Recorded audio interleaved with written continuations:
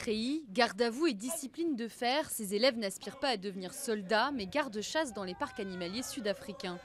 Ce centre de formation, situé à 3 heures de route de Johannesburg, a été ouvert par Simon Hood en 2012. Il justifie cet entraînement militaire par l'escalade de violence autour du braconnage de rhinocéros. Nous avons des terroristes qui traversent nos frontières pour tirer sur notre héritage national. Malheureusement, nous devons combattre le mal par le mal, donc si vous n'armez pas les gardes-chasse, que pouvez-vous faire d'autre? La formation dure plus d'1 an. Sur le pied de guerre, dès le lever du jour, les élèves enchaînent course à pied, exercices d'abdominaux et pompes. Ceux qui ne peuvent pas suivre le rythme sont exclus du programme. Au départ, ils étaient 100. 8 mois plus tard, ils ne sont plus que 19. Quand on les déploie, ils se retrouvent livrés à eux-mêmes. Si vous ne leur avez pas inculqué la discipline, ils seront vraiment en difficulté et ne pourront pas reproduire ce qu'on leur a appris.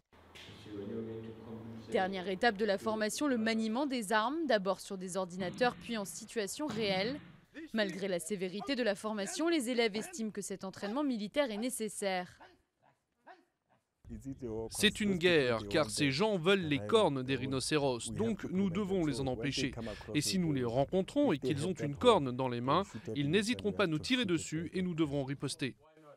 Simelio Lemscott affirme qu'aucun de ses amis ne voudrait être garde-chasse car c'est trop dangereux. Mais dans cette province, l'une des plus pauvres d'Afrique du Sud, les emplois sont rares. Une fois la formation terminée, un garde-chasse peut espérer gagner un salaire modeste d'environ 300 € par mois. Et pour certains, lutter contre le braconnage relève du devoir. Nous devons les combattre. Ils ne doivent pas tuer nos rhinocéros. Et nos enfants doivent pouvoir admirer ces animaux.